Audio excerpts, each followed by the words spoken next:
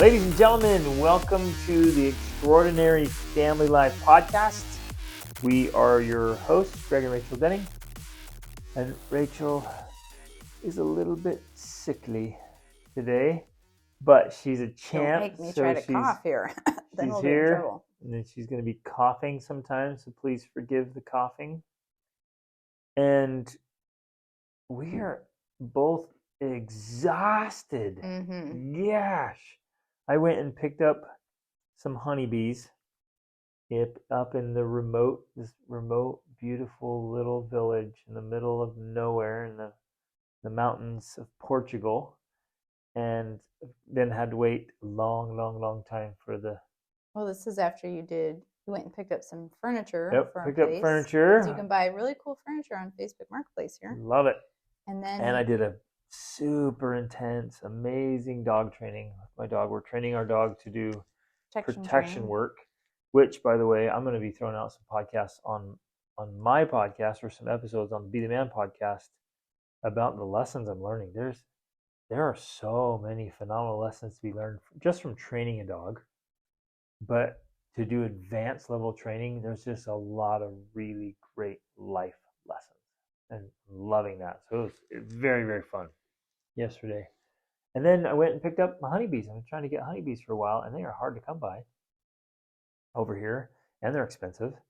But we got them and had to let them go to sleep, so I didn't get home till close to midnight. And then I was out putting them in their new home and doing all the work in my bee suit in the middle of the night. I was exhausted. Oh man! Then I got woken up early because the sun is getting up. The sun's getting up early. I think it was your dogs barking. And the dogs were barking. Wanted out. Yep. So, we're at it. But we got a phenomenal question. So we have to talk about money. Money. Well, we want to talk about money. We like talking about money. I love talking about money because, and the whole question is fantastic. So I want you to read the whole thing because it has all the dynamics with spouses and kids and the relationship with money.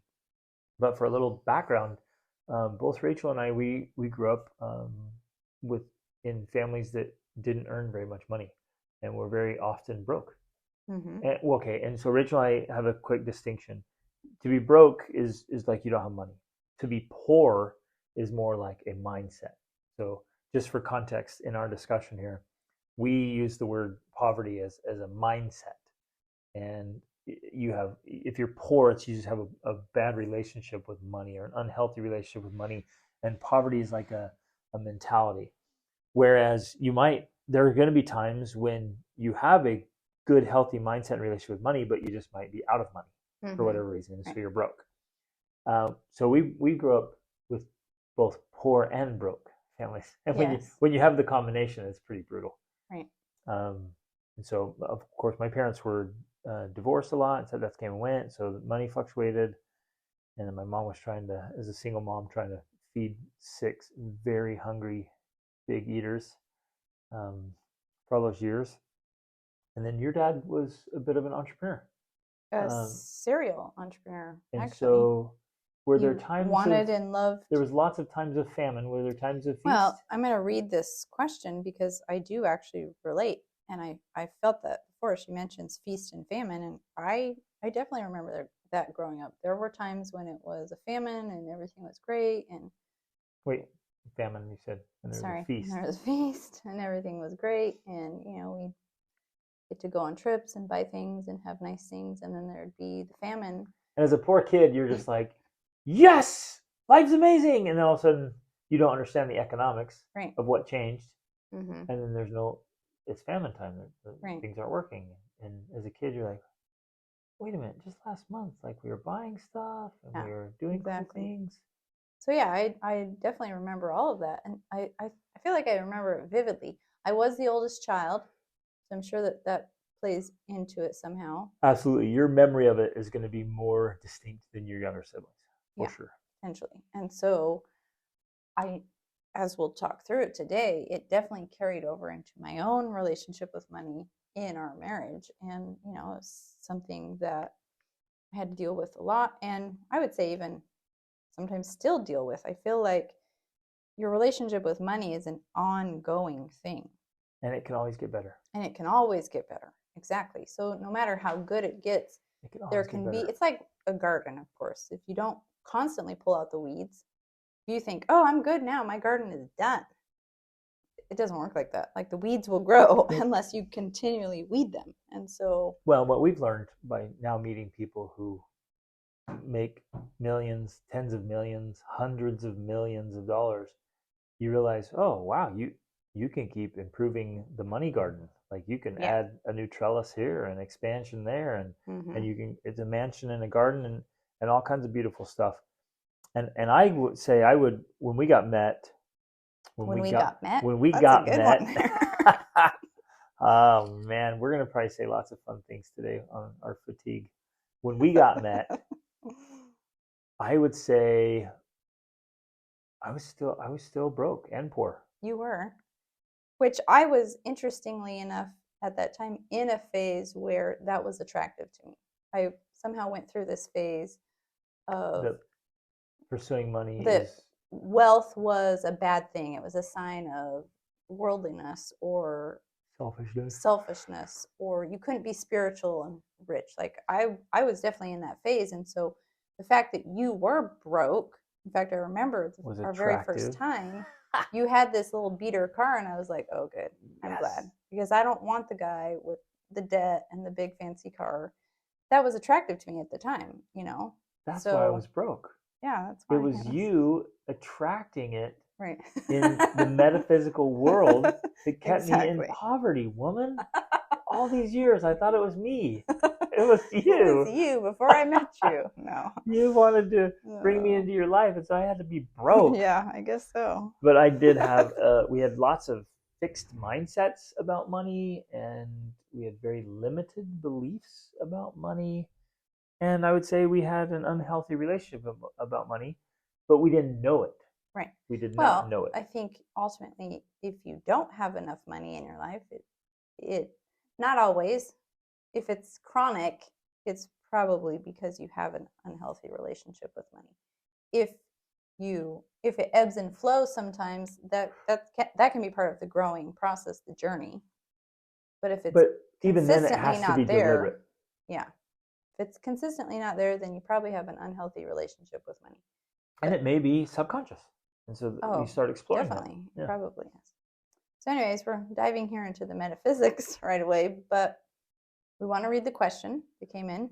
Actually, before we do that, because I want to give a little bit more background. Okay. So I would just, anything I do to get a job. I thought the only way I knew how to earn more money was to work more at a job. And if you want more money, you get another job. Or a better job. Or a better job, right? But I had chosen a career.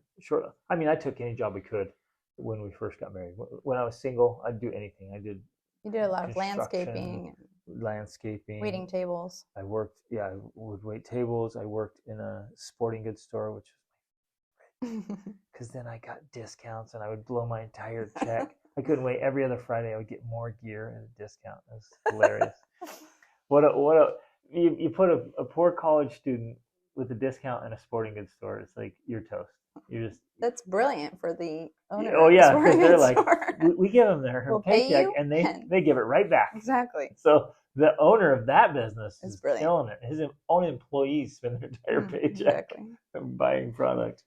Oh, I love it. Anyway, so we did jobs, and I got a career that I loved, and I'm like, oh, I'm in till 65. This is great. But it was a very low paying career. Very low paying. It was enjoyable. I loved it, but it would never ever have provided for a life even close to what we're living. I doubt we could have ever traveled internationally even, or had a car that was in the same century that we were living in, or a house for that matter, because our first house was 100 and something years old. So we were encouraged, but then once we left that, then it has been predominantly entrepreneurship, trying to create multiple streams of income, attempting multiple businesses. So we've also personally experienced the ebb and flow, the frustrations, the stress, all those things. So we've been in the employed world, and we've been in the unemployed world, which includes entrepreneurship. Which now we are happy and proud to be certifiably unemployable. That's how I want to roll. I remember the first time somebody said that to me. Just it was in passing where we were trying to figure out this transition from employment to entrepreneurship, and it was one of my distant cousins. He was like, "You're unemployable," and he was kind of meant it as an insult, and I kind of took it as an insult, and it kind of rubbed me up for a little while. I'm like, is there something wrong with me? Like, Well, I'm because not a good we employee. couldn't put together a resume that looked decent No, because you had all these gaps and all these things, you know. we'd been wandering the earth with our kids for the last year, and they're like, "Well, where's your employment record?" Right. And all this stuff, and at first you're like, "Gosh, are we crazy? Is something wrong? Am I ruining our future? Am I ruining my I career don't have a chances? good resume Is my now. family going to be stuck in poverty now forever because of me being unemployable?" Mm-hmm. And then eventually I was like, heck yes, I'm unemployable. Dang straight. Let's go. Anyway, so that's a little bit of our background, and we'll talk more about our entire journey of transforming our relationship with money Yes. and with each other around money. Right, which is what the question is related about today. Okay. I want to have a conversation about teaching kids finances and even talking to my spouse about it.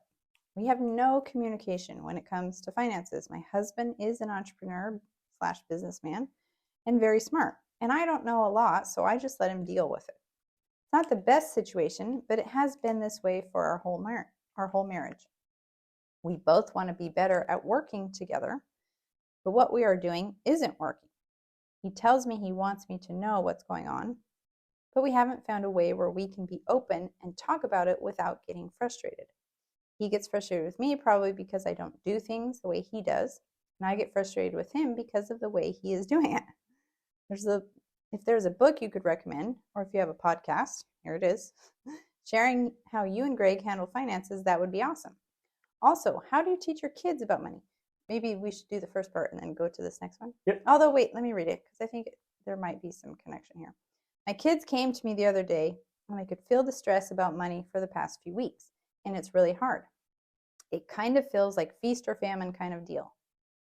Things are going well, dad is happy, we can go to do things, and then when things are tight, it's a total flip.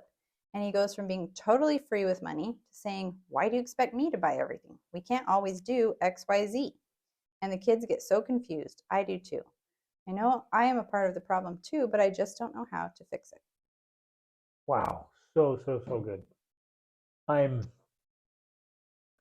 empathetic to Yeah, this whole I situation because totally understand it. as a child, we went through it. And in our own life, we've gosh, gone it's through bringing it back all these memories that I've with our forgotten. kids. Like even with some of our stepdads, Mm-hmm. they would have better income, or we would get a new stepdad who had, so it'd be a double income, and they're like, "Oh, things are good," and then there would be a divorce, and we're back on welfare and literally using food stamps at the store and going to like charity centers where they give out food banks and things. But then even as our family, there were times. Well, there was a time where we were on food stamps personally, you and I. That was tough. There was? Yeah. It was when I must have blocked that from my memory. I think you did. I remember, well, it was the WIC program. And when I was pregnant with our 5th child, and we lived in Alaska. And so it was basically women, infants, and children. But no, we also did the food stamps too, because first of all, Alaska is a very expensive place to live. Extremely expensive. Unless you and literally we moved are up like there without a job. Yeah, unless you're literally a hunter and a fisher, which then you can go and hunt and fish and get lots of food, or you're a resident, which was the other problem. We weren't, because if you live in Alaska, they give you money per person, per child. And they let you fish and hunt. You get a certain lot. But if you don't, if you're not a resident, you don't get those benefits. We weren't residents, so we didn't get any of those benefits, but instead they did allow us to go on the food stamp program. And the reason why... Because you were pregnant at the time we left a career position in India, of all places. Yeah. And so we went up there without income and without a job. Yeah. So we had a job and an income in India, and then I got pregnant, and they didn't want us to have a baby there. I didn't want to have a baby there. So we left and we went to Alaska, which is where my mom and her stepdad lived. And I was on the WIC program to get milk and stuff. And then I remember what happened is you did find a job. It wasn't a great job. But then we got in a car accident and you had to stay home a lot because I had a 6-week-old baby and our 3-year-old daughter broke her femur and was in a full-length body cast, like armpits to both ankles. legs, armpits to ankles for And so I 14 couldn't weeks. lift her and take care of Oh her. my So you had to gosh. take off. She was a chunky little kid, Yeah. and with that full body cast, it was She was heavy. so heavy. And they just left a little opening down for her little bum. So she And could go to the so bathroom. So you I had to hold her over literally the toilet. hold her with a full cast and everything over the toilet. Yeah, Every it was time so I couldn't do massive something I amounts couldn't of do. manual labor. There's no way you could have done that even if you weren't recovering from a baby. Yeah. And so you obviously missed a lot of work because of that. And we did end up going on food stamps, I remember. And I remember going to a food pantry once where, they would take old food from the grocery store and give it to you for free. I just remember that being very degrading and humbling. Yeah. Yep. Exactly. And demoralizing. Yeah. Right. There's a point, ladies and gentlemen, where we all need to be able to receive help. Most of us want to give. We want to be givers, and that's a good thing. But man, there's a point when you have to receive. And I'm not saying that you have to go to a food bank because you're so broke. Or that you should stay there. No way. But it was interesting. One of those humbling things, like sometimes you need help. Yeah. And you got to get help. So anyways, we share that to say we understand the feast and famine. And so much so, because of our own choices, and these were deliberate choices we made, there were times where the famine was all the way to zero, literally. Mm-hmm. And we were far away from family. We were foreign lands. These were our choices. There are other stories. When people hear us, they're like, you guys are crazy out of your minds. But it was the right thing for us to do. We were both fully on board with it. We were both. And it was crazy. It didn't make sense. I literally would never recommend what we did to anyone else. Because I'd be like, no, you'll probably die. Like, don't do that. Don't do what we did. But we knew our own capabilities. Yeah. We knew what we could pull off. We made decisions knowing full well, like, we'll figure this out. Well, I think we had a lot of faith too. Like we honestly just believed that we'd find a way. We'd work it out somehow. We did. God would take care of us. And it always did. It's true. It was amazing. So we've been to the famine. Right. Now I even need to put that in perspective. Never once in over 23 years have any of our kids missed a meal. Not once. True. That is an absolute miracle of faith and providence and God and his universe conspiring in our favor. Beautiful. Mm-hmm. And we have been broke, and then he provided in spite of my efforts and my broke poverty mindset. In spite of that, he provided. So through beautiful ways. One day through a local fisherman in Nicaragua. Right. Showed up with so much food. It would have been worth $150 of seafood. I mean, it was unbelievable. So we have to put that in context. Like, our kids have never gone hungry. Now, I've missed a lot of meals. I would often fast. Like, I don't think there's enough money for me to eat as well. So I'm fasting today. No, kids, I'm fasting. And I would fast for something. But our kids have never missed a meal, which is absolutely beautiful and wonderful. And then there's been times of plenty where there's been just windfalls in business and good times. And then as our business and our finances have steadily improved and grown over the years, we have made strategic investments and even sometimes strategic big risks where you also feel a little, quote, broke, because you take a lot of your capital and you dump it into something, and then you're like, yeesh, Mm-hmm. there goes the cash, or we're making this big investment, and so you feel it, and so you feel it go up and down. I want to take that and kind of piggyback into something that was said in there, that there'll be in the questions like, oh, there's feast your family where there's plenty, and he's spending, they're buying things, they're doing all this fun stuff, and then afterwards like, stop, why do I have to pay for everything, why do you guys always ask for stuff, the flip-flop. And to that I would say, if it's not happening deliberately, where you say, hey guys, we're going to take a lot of our capital, a lot of our cash, we're going to take a lot of stuff, and we're going to make an investment, so things are going to be a little tight. It's different from making that choice to do that than it just happening. If it's just happening and it happens chronically, like you were saying, Rachel, then I would say that's poor money management, where it comes in and you spend it frivolously, openly, like, oh, we got money, and you're buying stuff and taking trips, do all those things, and then there's natural ebbs and flows in business, maybe, or maybe it's self-inflicted.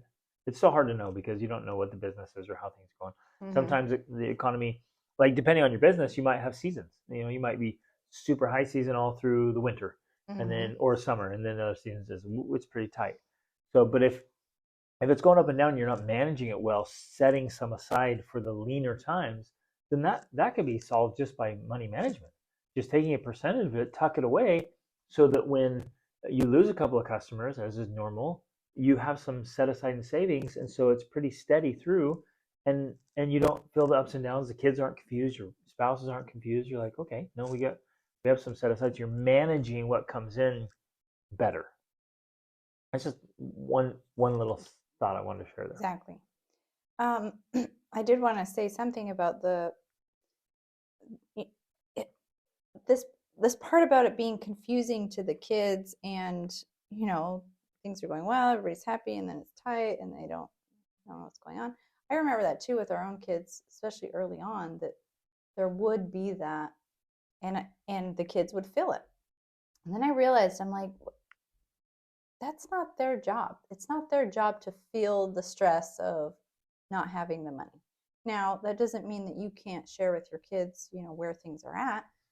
That eliminates the confusion if you explain things to them. I don't know why. Why is it that people won't talk about money? Right. I don't get it. I think that because of the relationship, it gets so sensitive that they, like they said here, there's no communication between this couple on money, which is quite normal actually.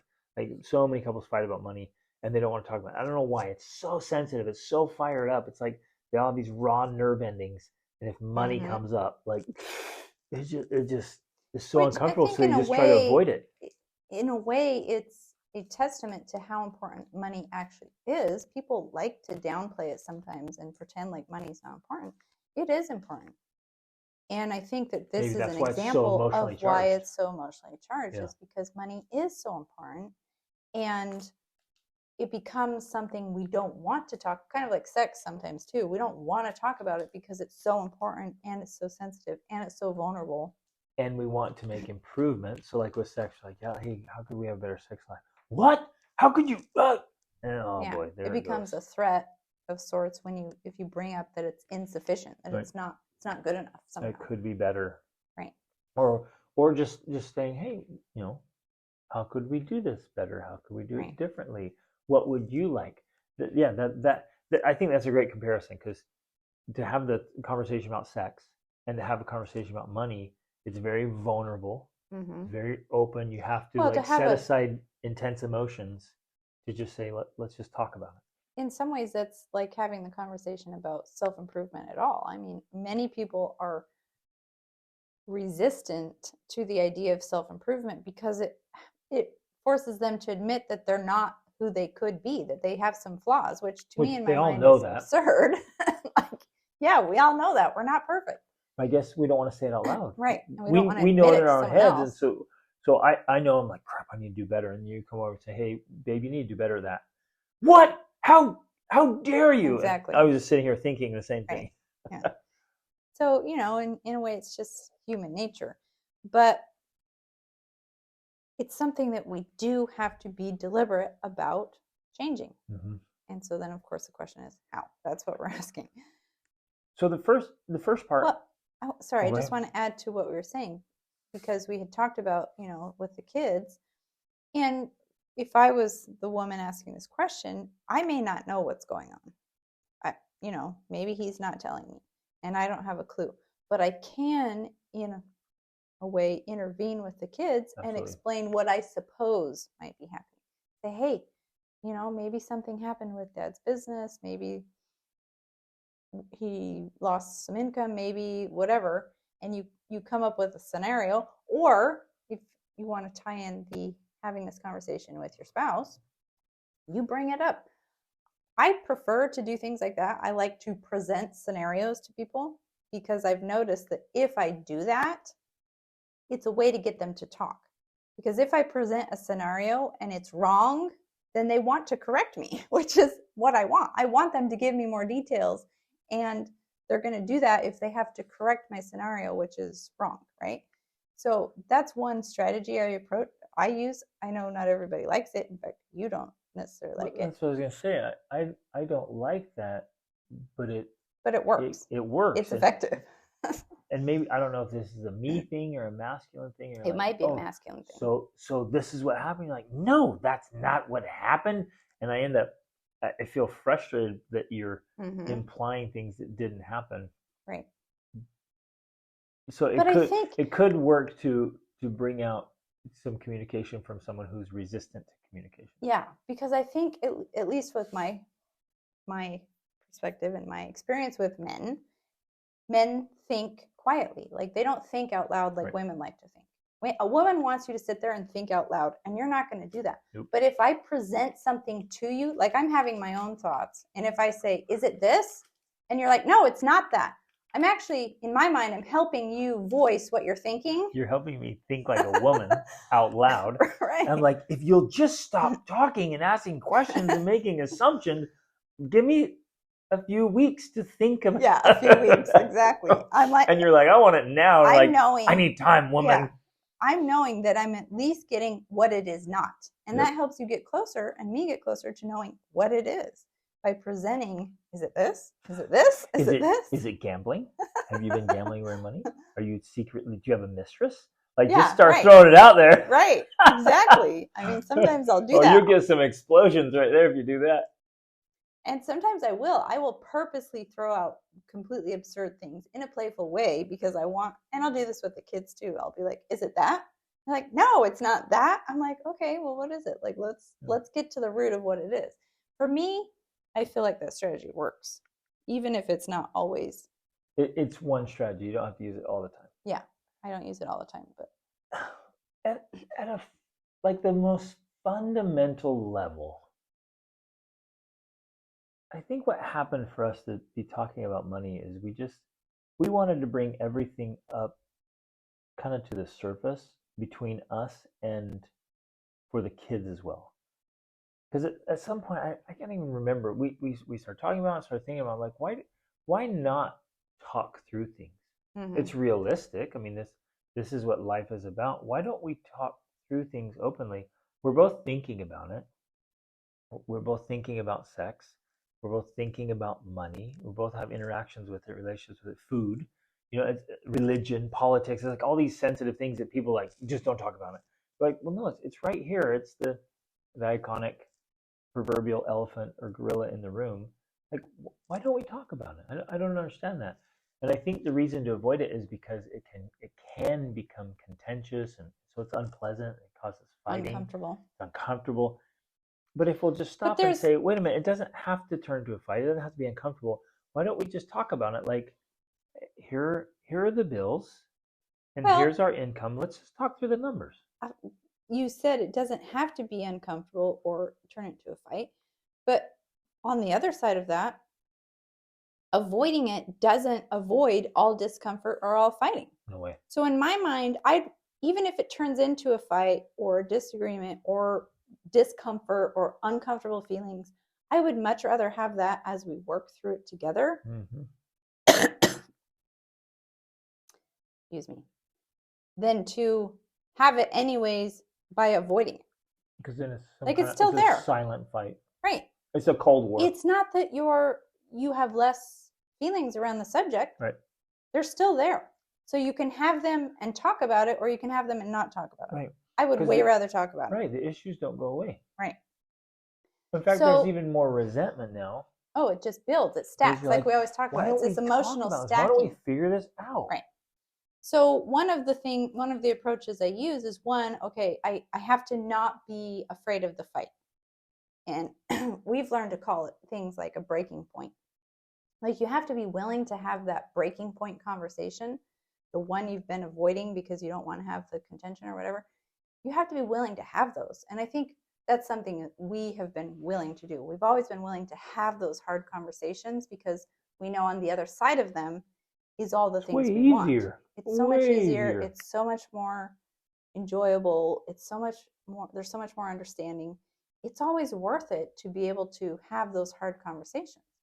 So one or the other of us usually will push, not in a hard way, but in a persistent way until we like have that talk Right. where we face the elephant in the room and talk about it and discuss it and work through it until we actually have understanding with one another. So on this one, one of the things that was said in the question is like, oh, that we, like he doesn't like, basically it's like, he doesn't like the way I do things. I don't like the way he does things, and some misunderstanding. So inside the question, there's confusion, misunderstanding, and maybe a disagreement. So one strategy there is just to, what I guess which is good here with this question is like, we want to communicate better. We want to work together, which is a good thing. That's fantastic. The desire's there. So then I just say, okay, just say, hey, will you just explain to me what you're doing, just so we're on the same page. Like, just let me know what you're doing. And then just listen. And even if you disagree with some of the things, this isn't the time to bring that up. It's just listening. So you're seeking, like Stephen R. Covey said, seek to understand, and then later to be understood. So this time you're just like, well, just tell me what you're doing and why. Just give me a rundown of what your business is and how it works and how the income comes in. And it might be quite complex, which it can be in entrepreneurship. You're just like, well, just help me understand this. And if he gets frustrated, and I get this because of the question, the commentary there, maybe he's frustrated with your lack of understanding. So if you want to understand finances, and you were asking us for books, which I'm happy to share, ask him for some books. Maybe he has his whole operating system that he works on, and it's from a book that he read. Read the book. That's a great way to get on the same page, and that's what you and I did. We read lots of financial books early on. And we read together. the same books. And we discussed them. So we had a similar understanding of things because we did read and discuss the same books. That's a very powerful way to do this. So I think that's a great idea to ask him what books has he read on these topics so that you can have the same understanding that he has. That's going to be way more powerful than you reading some other book with some other approach. And then when you try to bring it up, you're going to have the same problem because he's going to be like, no. Right. That's not in the book I read. Why are we doing this? Why aren't we doing that? It's a totally different strategy and philosophy. Yep. So reading and discussing the same strategies and the same philosophies is going to be very powerful in helping you get on the same page. Let me give a perfect example of this. One of you reads Robert Kiyosaki about leveraging debt to get wealth, and one of you reads Dave Ramsey. Yeah, exactly. Get out of you debt. You are going to be frustrated with each other. Because then you're both using totally opposite strategies. So my suggestion would be you both read Robert Kiyosaki, and you both read Dave Ramsey, and then you both read Brian Tracy and Laurel Langemeier and Grant Cardone, on and on and on. You read the books about money, and some of the books you read about money, they'll have some nuggets and some garbage. Some of it you want to throw out. You're like, no, I'm not down with this. And then other stuff you'll read and maybe you'll agree entirely with the philosophy and think, hey, that's the way we want to run our business or our life or our families. But do the homework, the research together, understand the concepts, and then get on a shared vocabulary and start discussing things.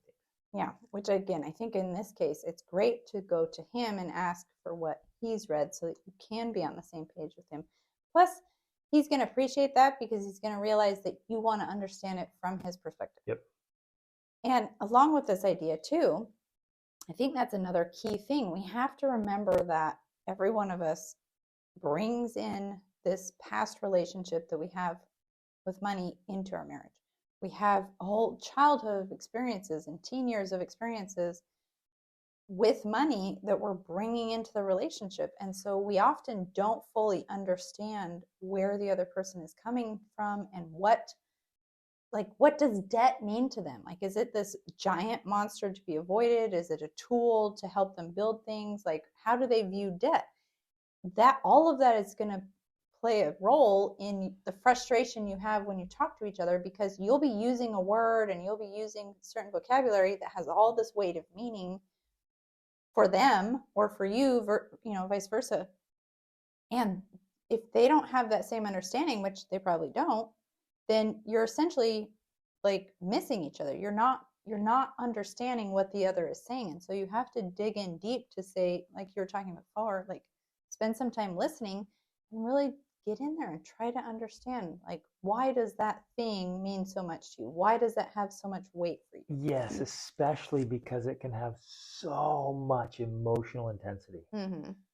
And I think your example is perfect. So you might say, Babe, I think we should leverage some debt here for this business growth. And Yeah. if in my emotional center, debt is like Sane. bankruptcy or debt is evil, it's the devil's tool, or like if I have this emotional intensity, maybe from the childhood or maybe from some teacher, leader, preacher, pastor, parents, whatever, they either collapsed from debt or they just insisted no debt, debt is evil. And so I have all this intensity. So you say the word debt and it means something totally different to me. And you think, how dare you suggest? And so I could explode there emotionally, like, no debt. And he's like, wait a minute, what? This is like a really safe, good strategy for leveraging money. Exactly. And I'm like, And so we miss each other. We're completely misunderstanding each other. And then if I explode emotionally, then we can't talk through it. Right. So I'm reacting emotionally to something you just said instead of, interesting. Walk me through what that means when you say let's leverage debt. Tell me what that looked like and help me understand why you want to use that strategy. So instead of being curious and seeking to understand, I'm reacting emotionally. Right. And with practice, Greg and I have learned to be able to, of course, notice when the other is getting upset. And now we can essentially say to each other, like, hey, I noticed you're really upset about that. Explain to me why you're feeling so much intensity about that. Now, early on, this took a lot more practice, and sometimes it would require some space. We might have to spend some time apart for a little while, and then we would bring it up again and say, you were so intense about that. There was so much emotion around that. Why is that? Help me understand. And often Rachel's favorite method is to write. So she'll go write. She can get her thoughts out in writing. Yeah, writing is and great. So sometimes she'll just send me a text or an email articulating. Yeah. She couldn't or didn't want to do it in person. I think often out loud. In the moment with all of the emotion, I don't have the ability to fully articulate what it is I'm saying. So yeah, if I have a little bit of space and then I can write it out, it helps me get really clear about why I was feeling that emotion and what it means to me and why it had so much weight.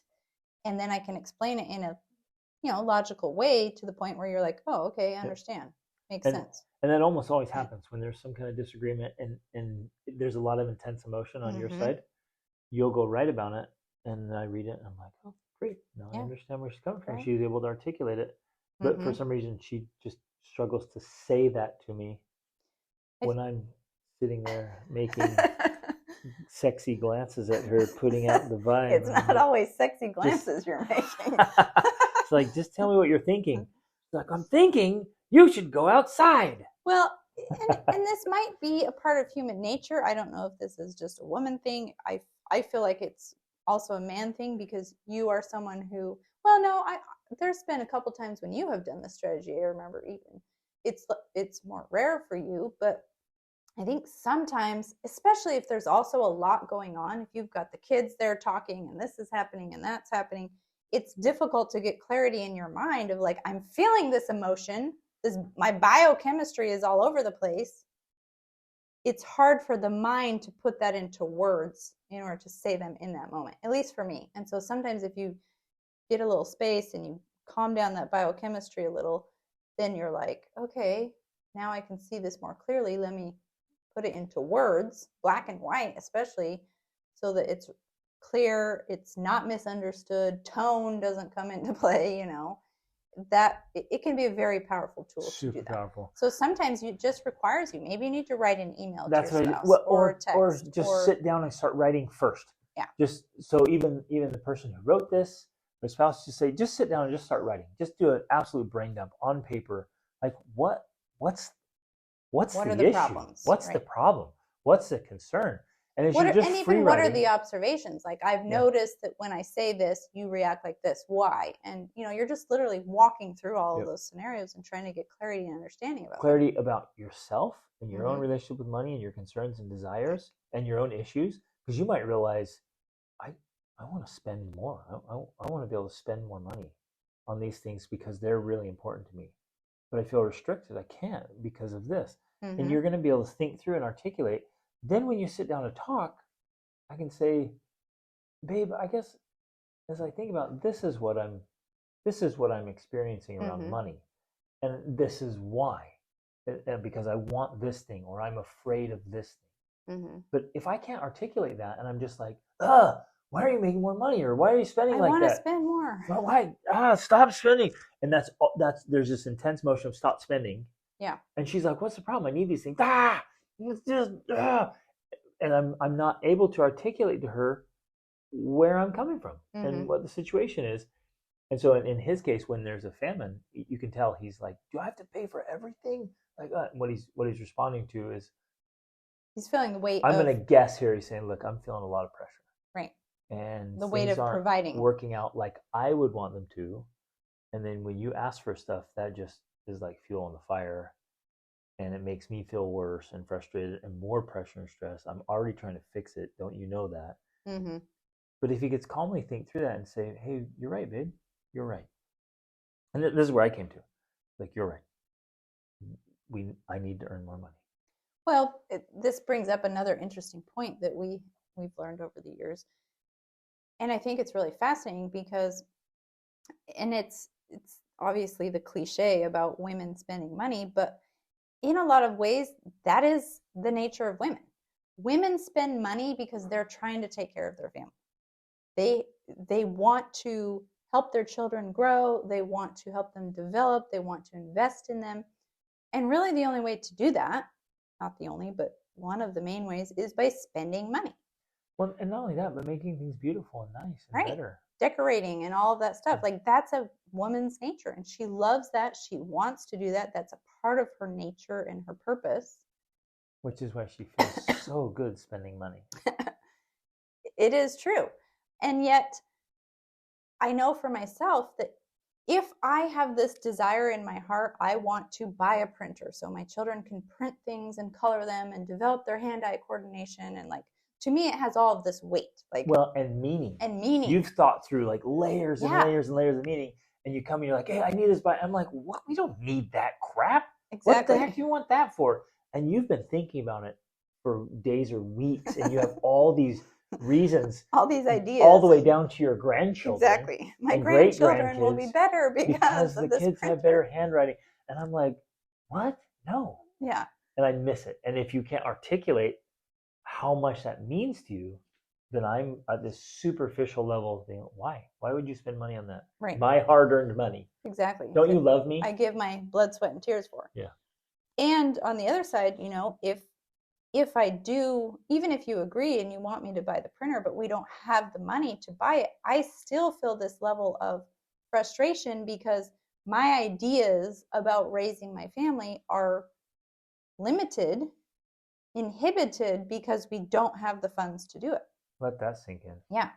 It is a very complicated thing, and there's a lot of meaning and significance behind it all. And so, which is part of the reason why it is so frustrating for us and difficult for us to have these conversations, because there is a lot there. It's not insignificant if a woman wants to spend money and she can't because there's not enough budget or because her husband restricts her. Like, it's a big deal. Especially, I gotta throw down pretty hard here. So, gentlemen, buckle up. If your wife has no income or a small income because she has dedicated herself to being a wife and a mother, she is completely dependent on your income. And if you flip the roles for a minute, just put yourself in her shoes, you have little or no income on your own. You've chosen to do something that's so important but that doesn't make money. So then anytime you want something that costs money, which is every moment of every day, you're dependent on another person. And gentlemen, I really want you to like mentally, emotionally put yourself there. That you want things so that you can do a great job at something and you have no way of providing it that income for yourself. Or the very fact that you have to go to someone else and ask for it. Oh my gosh. Like for me, that would drive me mad and bonkers because I'm a very autonomous person. Mm-hmm. And I'm like, you're kidding me? I have to depend on someone else. I have to go ask for money, and it's limited. My limited source comes through another person. Right. That would be infuriating for me. And when I conceptually got that for you, Rachel, I was like, oh, okay, I gotta open things up bigger here so that you don't feel restricted by me. If I'm the limiting factor, mm-hmm. that's a suck sandwich. And of course I am, because Rachel has mega $1 million dreams. So I am the limiting. I'm still the limiting factor. I like to spend lots of money because I've got big dreams. I was thinking that the other day. I was driving on the road and we're doing some awesome stuff. And it just hit me. You're going to be like, well, duh, no brainer. Thank you, Captain Obvious. But I was just driving on the road. I'm like, man, big dreams are expensive. Right. They really are. and to hear that, you say, well, yeah, of course. But when it really sinks in, like if you want to dream big, which I hope you do, then you have to become more abundant. Mm-hmm. And I think that's one of the biggest reasons, and I think God and the universe inspire us to have big dreams, because it forces us to become more abundant. Mm-hmm. But most people do the opposite. They think, well, big dreams are expensive. I'm going to let go of the big dreams because I have a fixed income. Instead of saying, oh, I'm going to change my income so that I can have big dreams. Mm-hmm. Okay. I was going to say something else, but I forgot. You forgot? Oh, I'm so sorry. I was going on tangents. But so here's the thing: start writing and then start communicating. Just talk openly about the bills, and please do this with your kids. So this with spouse and kids. Well, so going back to the question then, like, what do we do with the kids? For us, and I had started to talk about this, we just began to be more open with them and to explain to them the situation. In fact, this literally just happened the other night with our 10-year-old because we have this resort that we've bought and we're fixing it up, we're improving it, and we are also going to Mongolia in July. So we'll be gone, a few weeks, and we were planning to rent out our own personal living quarters. And at first my 10-year-old was very upset about that. Like she just was like, and she's moved a lot, she's traveled a lot. So understandably, she hasn't had a home base for a while she hasn't had to move out of. And she was kind of getting upset about it. But as I just talked through it with her. As she cried, I just talked through and I explained the reasoning and why we were thinking about doing it and why it made sense. And as I talked, she just calmed down and she thought, okay, I understand. She understood the reasoning, and because of that, she had less stress and less anxiety, and she was less upset about it. So if you just have those conversations with your kids, which of course require you to have your own understanding, like you have to have articulated it to yourself to know why you're doing it, and then you explain it to your kids in a way that they get it, like kids will understand. If money's tight right now, or money's going to something else, or this is happening, they're pretty reasonable in saying, oh, okay, well, I guess we can make these sacrifices, or we can go without for a while, or especially if you help them see it's temporary, which it should be, they're fully willing to be on board. And in fact, they feel more invested, and it becomes more of a bonding experience as a family rather than, some sort of stressful situation where they have to duck and cover and protect themselves. It really doesn't have to be super complicated if you just walk through it. Now, again, if you go back to the, this spouse may not understand what's going on, then that's when you have to bring in these other conversations with them. But at the very least, you can present potential scenarios to your kids to help them have an understanding. Absolutely. And vast majority of people are pretty reasonable once they understand, including children, and spouses, and teens, and spouses. Like what's going on. So I would start with, and I think this is one of the healthiest things you can do with anyone, especially your children. Just speak openly about money and bills. Mm-hmm. Be like, okay, here's our bills.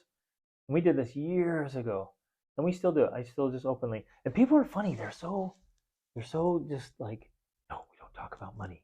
Like it's some great secret, or it's I don't know why. I just don't understand that. They won't talk about it. They won't talk about how much they earn. They won't talk about how much they spend. They won't. There's this huge, don't you dare ask me how much something costs. And they get a new car. You're like, oh man, that's a great truck. How much that cost? It looked like you just slapped them upside the face. And you're like, dude, in 30 seconds, I can look up the price on my phone. I'm just having a conversation with you as though it's like some great secret, and I'll never know what you paid for your house. I can actually go to Zillow right now and find out, like, boom, oh, you paid this much. Well, it's all public record, you knucklehead. Right. So why are you so like, I don't talk about it? And it's either like you don't talk about it because it was so much or so little or what, like, or you're embarrassed, or you're proud but you're trying to be humble. I don't know. There's a lot of things. Just be like, yeah, we paid 1.5 million for that, or oh yeah, I got that for 75,000, or like, just talk about money. Before I forget, I want to say something else that is a strategy I have done with our kids, at least, and especially along our journey of abundance. I came to this understanding that when I was, well, first of all, I knew that I was creating my children's own money mindset. Yep. Like they were going to grow up with a mindset about money because of the things I said and did while they were a child. And once I realized that's true for every single parent. Period. It's unavoidable. You're doing it. So I started to be way more intentional with it. And so I started to be very careful about what I said to them. So I started saying things instead of like, we can't afford that.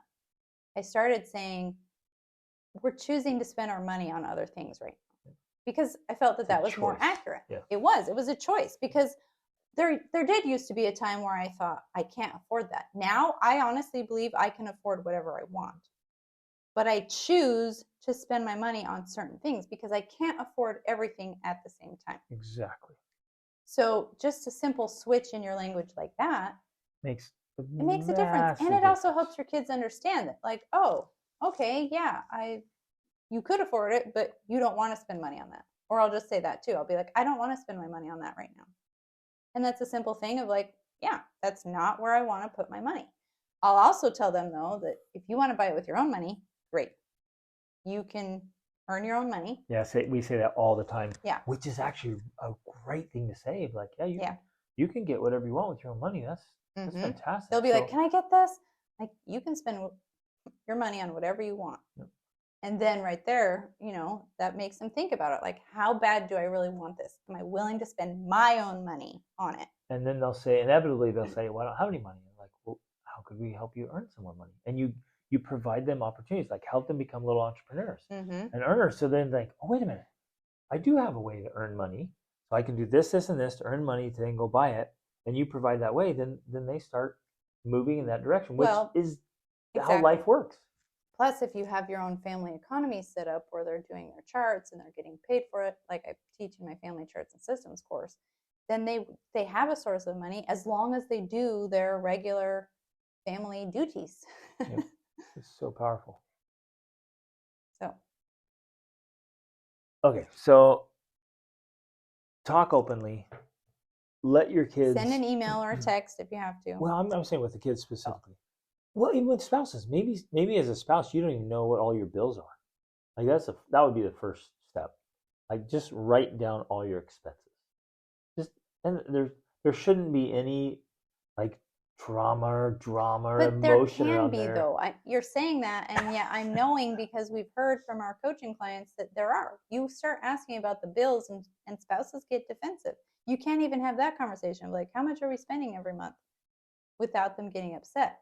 And so this whole episode is leaning more towards emotional mastery than anything else. Like it's leaning towards how to actually just communicate with your spouse. Yeah. Because here's the reality. Until you know how to talk about the hard things, you don't really know how to talk.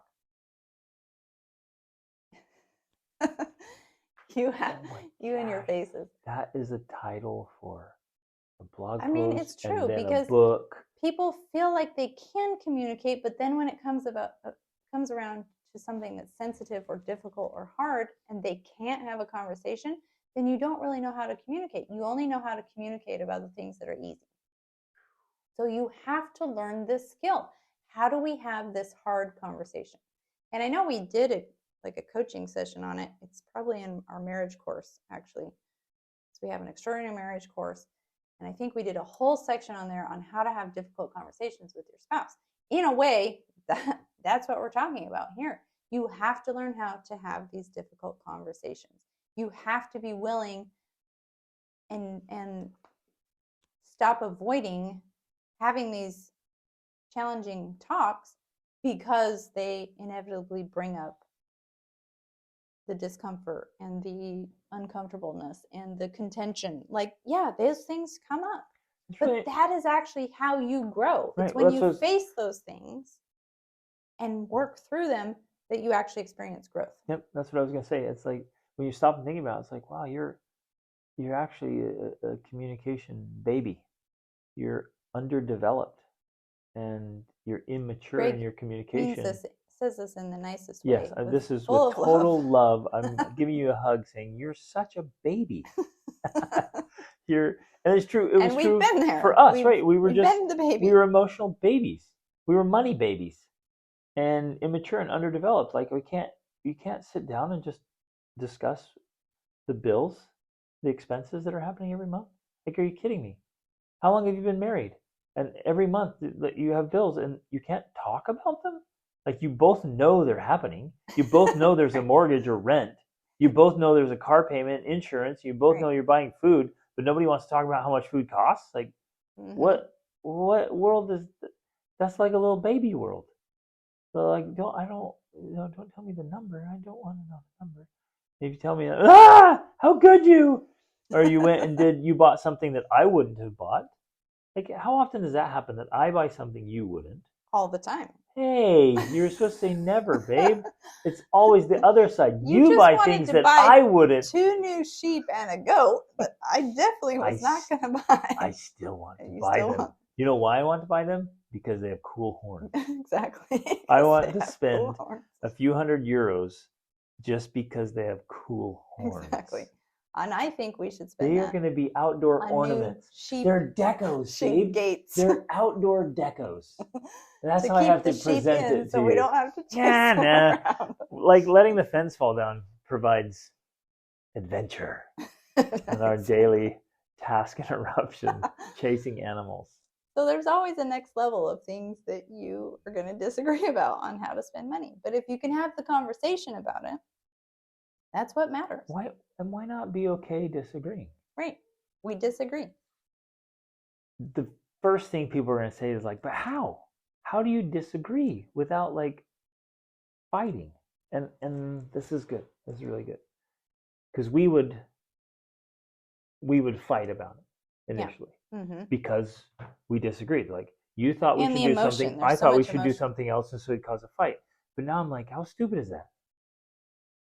You think we should buy this decorative mirror. I'm talking about the sheep gate. We're going to keep going with the gate. To keep the sheep in. And then I say, okay, why is the gate so important to you, Rachel? And you say, because the sheep keep getting out. Exactly. And I think, you're right. You're right. But I still want the cool horns. But let's go with something else that isn't so obvious and logical. That you Since want. I won that one for now. Yeah, okay, win for Rachel. Dang it.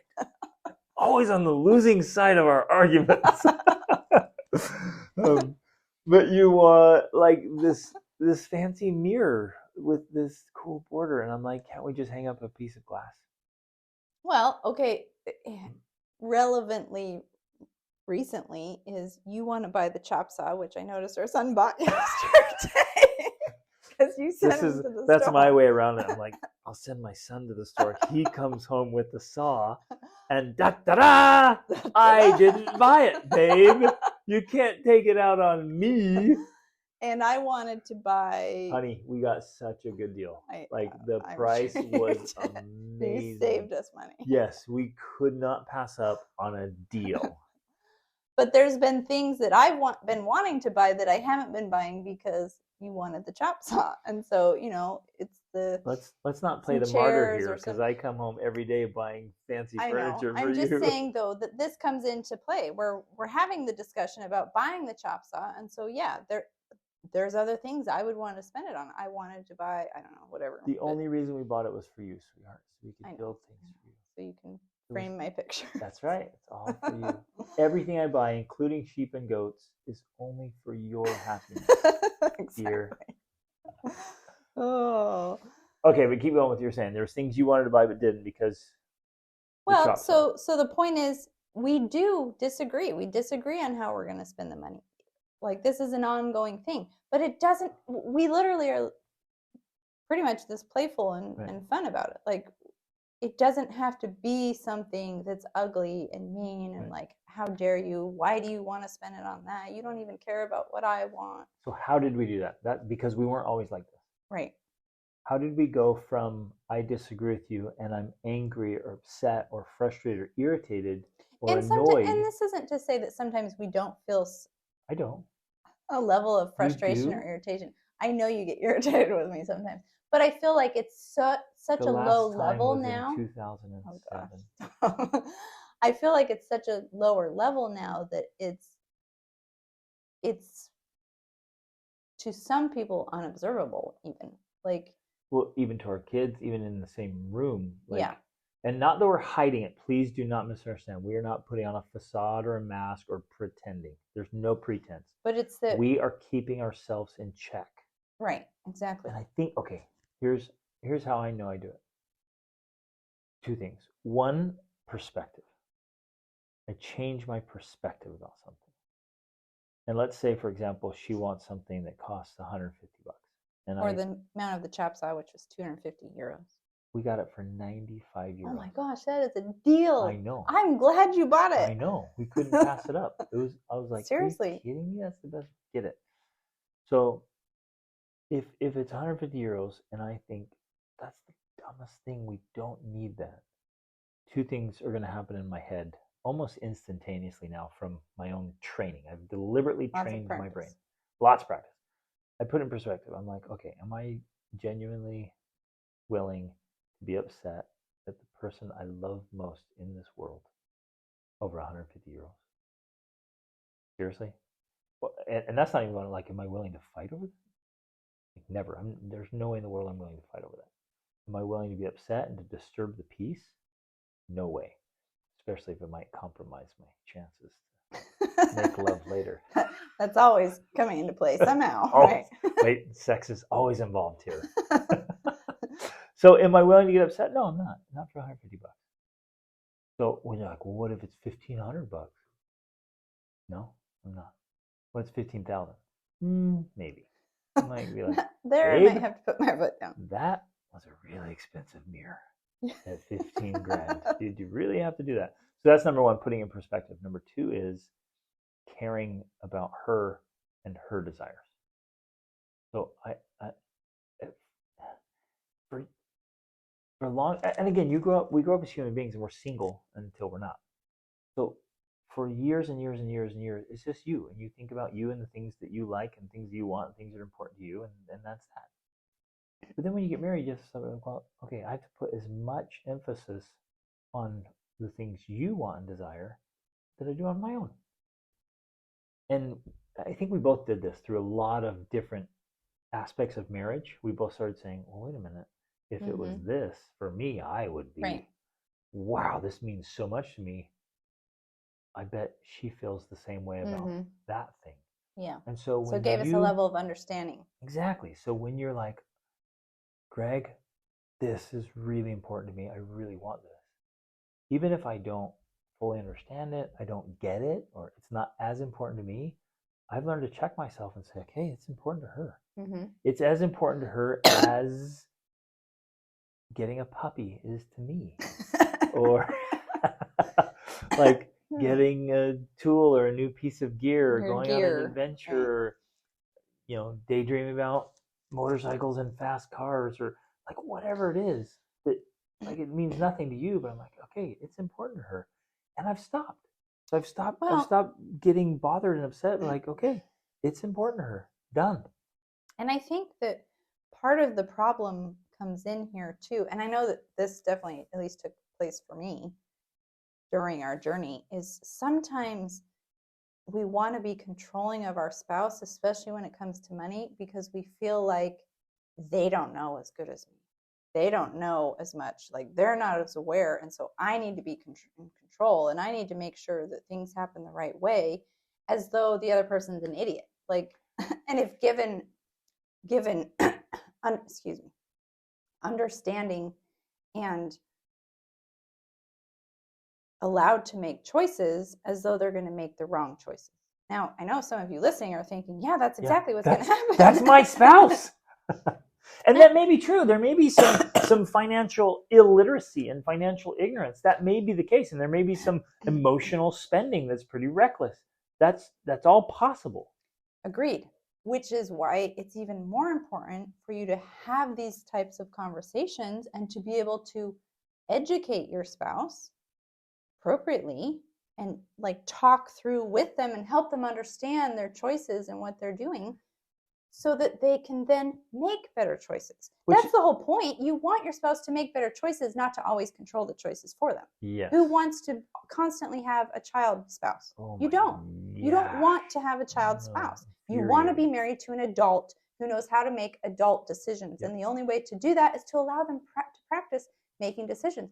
So along our journey, there were times when you would, vice versa, when you would say, okay, go ahead. If you decide that that's what you want, go ahead and do that.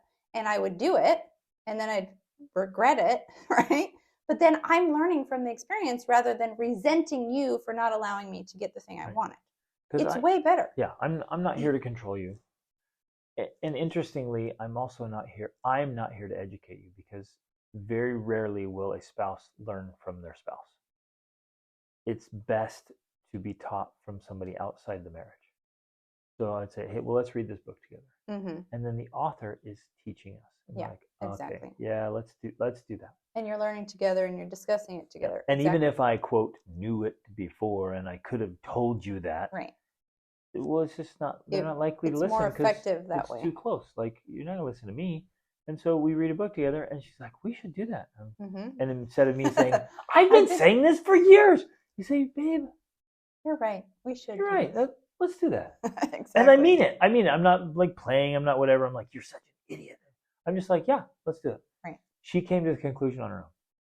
Right. So it's not my job to educate her, although we want to. Well, and when I said you should educate your spouse, what I mean is you should be facilitating that, of saying, let's read this together. Let's talk about it. Let's discuss it, so that we can, have a better financial situation together, because it's something we both want. Yeah. And now it's to the point where I think you fully trust me and I fully trust you, that when we say you decide about buying that thing, whatever it is, we know we're going to make a good decision. And if we really feel like it's something that we need for the family, and in each of our roles, what we bring into the family, because you are the one that's going to make better decisions about tools and things that we need than I am, and vice versa. I'm going to make better decisions about the decos. And I'm not sure about that. I think I could do some sweet decorating.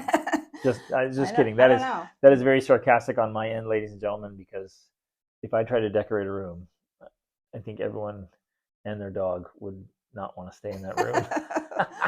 Which matters when we have a resort where we're trying to get people to stay. Don't let me decorate the rooms that are supposed to earn money as an investment. And so we've learned to trust each other when we say, we need to get that, then we're like, okay, we're also knowing that sometimes there's still going to be disagreements where Rachel will go and she'll spend a few $1,000s on something and I'll be like, oh, okay, I wouldn't have done it that way. But that's the end of it. Yeah. That's the end of it. Right. Why? Why would I fight? Why would I let anything, ladies and gentlemen, why would I let anything come in between me and my wife? That's so dumb. We should just, like, if we go broke together, at least we have each other. At least we have each other.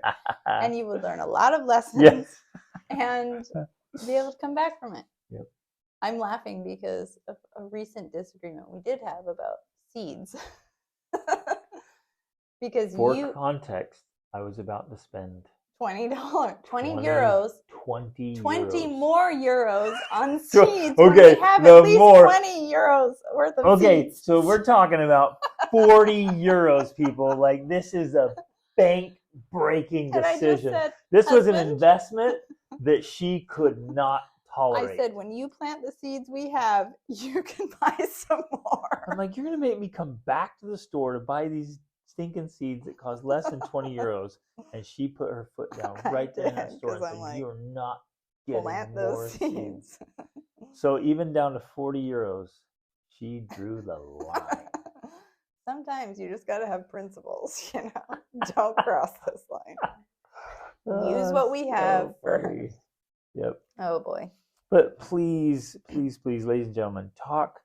Okay, what if you switched, and maybe this is a good writing exercise for all of you to do. What if you switch the meaning you give things? And maybe that's the very first step.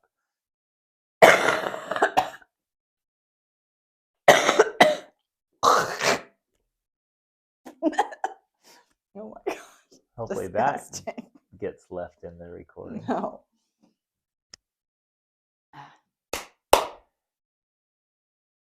To the point where, because everything in life only has the meaning you give it. So what does $10 mean to you? What does 100 mean to you? What does 1,000? What does 10,000? And even as I say those numbers, each of you is thinking, no. And then I hit a number, whatever that number is, you're like, oh, and it means a lot. Well, I just want to share one of the strategies I've used in our own abundance journey, which I don't even know where this came from, but over the years, I would have an amount of money that to me felt like not a lot of money, like $10 or something. But over time, I would increase that amount. And so at some point, 10 became 100. And then I was like, and I would tell myself mentally, like 100 is my new 10, right? And then it'd come to 1,000 or whatever. Like, and I would consistently raise that amount. Sometimes it was $50 or $500 or whatever. I'd be like, 500 is a new 50, right? And I would just tell myself in my head, like, this is the new 50 for me. Which is so important. Yeah. Because if $500 is a new 50, and 50 was like, okay, it's $50. So not a big deal. Now 500 is like, yeah, okay. The emotional reaction, if I was like, yeah, babe, I broke this thing, or I did this, or I bought something that's 500 euros. If your 500 is your new 50, then you're like, okay, yeah, that's frustrating, but whatever, it's only 500. See what that does emotionally? Mm-hmm. And it changes everything. And I think, honestly, the only way to really do that is to start earning more. And the way to earn more is to become more valuable.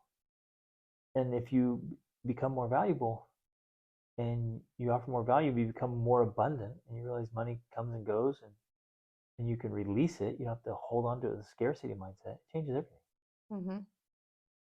I was gonna say, but I'm kind of afraid to say it because I think that people will take it the wrong way. That one of the ways. I thought you were gonna say you're afraid to say it because then I'll start spending more. No, well, I mean, this is the irony of what I'm about to say. I have found, at least for me, and maybe this is a woman thing too, one of the ways for me to increase my abundance is to spend more. That is a dangerous idea. That's why I don't want to say it. That's why I don't want to say it. Because I realized that, at least for me in my journey, one of the things that was holding me back was my fear of spending money. Yep. And in fact, well, fear of spending money on myself, for one thing. Like, I hardly ever would spend money on myself. I would spend money on you and the kids and the house and the food, but I wouldn't spend money on myself.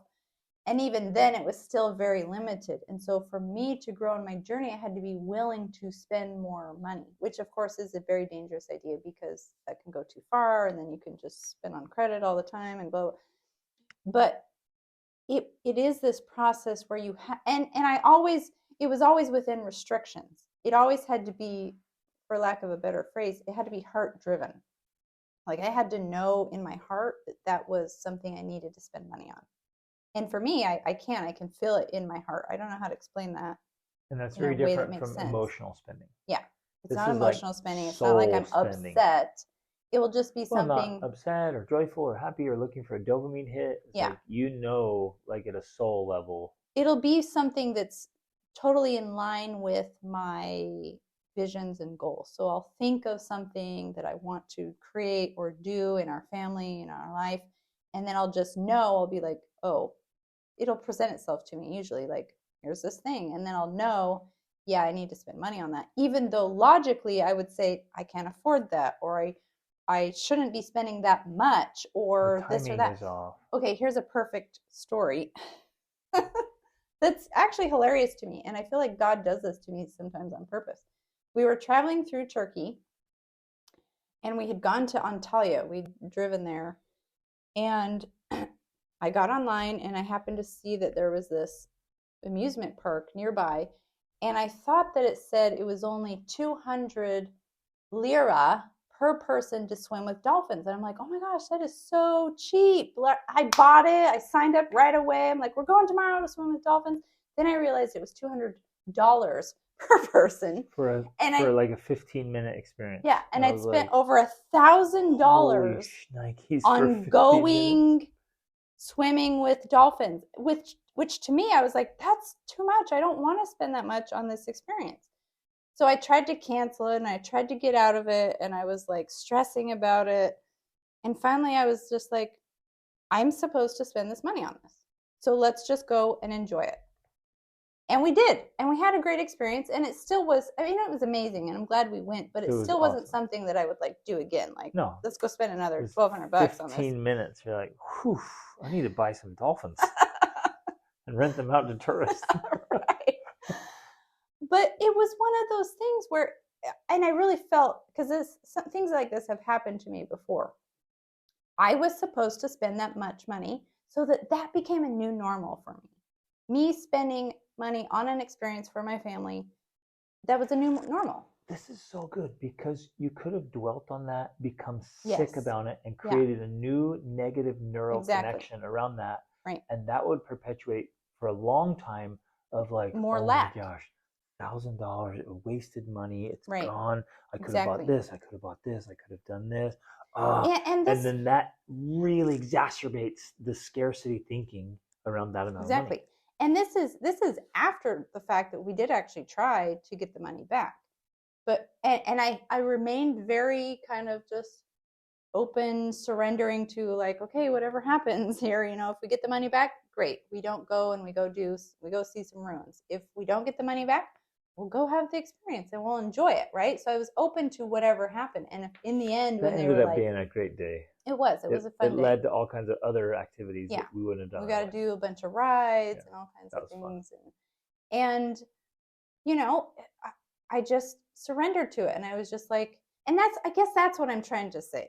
Like, in order for me to grow in my own abundance journey, I had to be willing to spend more money. It's those types of experiences that I'm talking about, especially if it's an accident, you accidentally spend $1,000 on dolphin swimming, that instead of dwelling on it and making it a negative money experience, I surrendered it to it, and I made it a positive money experience of like, this is great. Yeah, this is what our family does. We spend this much money. And the other funny thing too is people spend that kind of money on Disneyland all the time.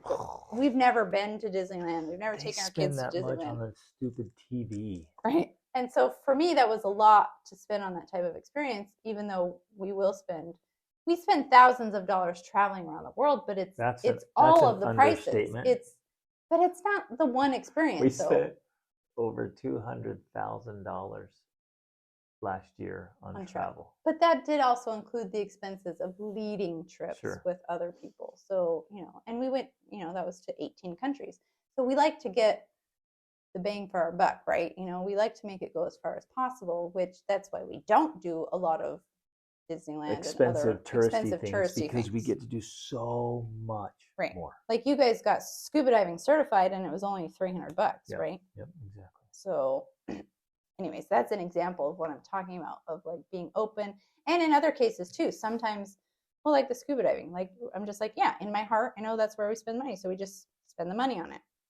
And so it's this willingness to spend money instead of, because money is a flow. You have to let it flow in and out of your life. If you're not willing to let it flow out, that means spending, then it has a harder time flowing in. Yep, exactly. And all of this needs to be articulated openly in your family. So here's my invitation. And we had to do this. It was uncomfortable at first. But we've gotten used to it now. We just speak openly about money in between ourselves and with the kids. Even with all the kids now. Our youngest is 7. We are just open with money. And our kid is so beautiful. I love it. We do some kind of transaction. We do something. And our kids now, our teens are like, ooh, Dad, how much was that? How much did that cost? How much came in?